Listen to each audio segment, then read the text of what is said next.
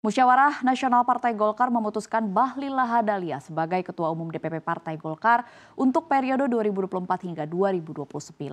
Sekretaris penyelenggara Munas Partai Golkar Aceh Hasan Syadzili menyebutkan bahwa keputusan ini telah melalui kesepakatan di 38 DPD Partai Golkar tingkat provinsi dan 514 DPD Kabupaten Kota se-Indonesia.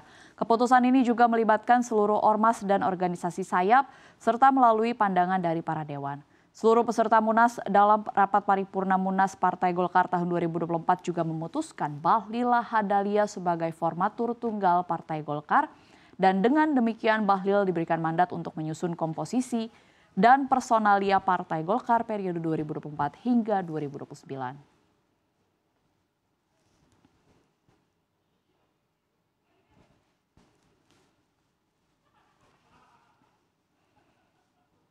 Pemirsa, sebelum diputuskan sebagai Ketua Umum Partai Golkar, Bahlil Lahadalia mengungkapkan dirinya telah menantikan selama 14 tahun untuk menjadi Ketua Umum Golkar. Bahlil menceritakan 14 tahun lalu dirinya kalah berkompetisi sebagai Ketua Angkatan Muda Pembaharuan Indonesia, sebuah organisasi kepemudaan di bawah Partai Golkar. Saat itu Bahlil berjanji akan kembali bersaing di Partai Golkar. Untuk mencapai cita-citanya, Bahlil mengaku mencari batu loncatan, yakni menjadi Ketua HIPMI. Ia kemudian masuk ke pemerintahan.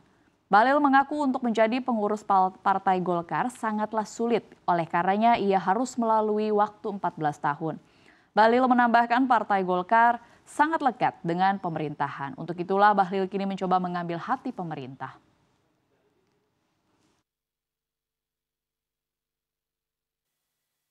Untuk masuk menjadi pengurus DPP Golkar, sulitnya minta ampun. 2010 sebenarnya niat saya mau jadi AMPI itu untuk bisa masuk di Selipi. Karena apa artinya kita sebagai orang daerah kalau nggak punya jaringan.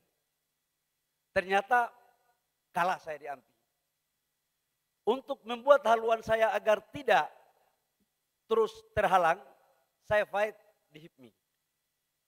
Setelah saya fight di HIPMI, kemudian saya berproses masuk di pemerintah.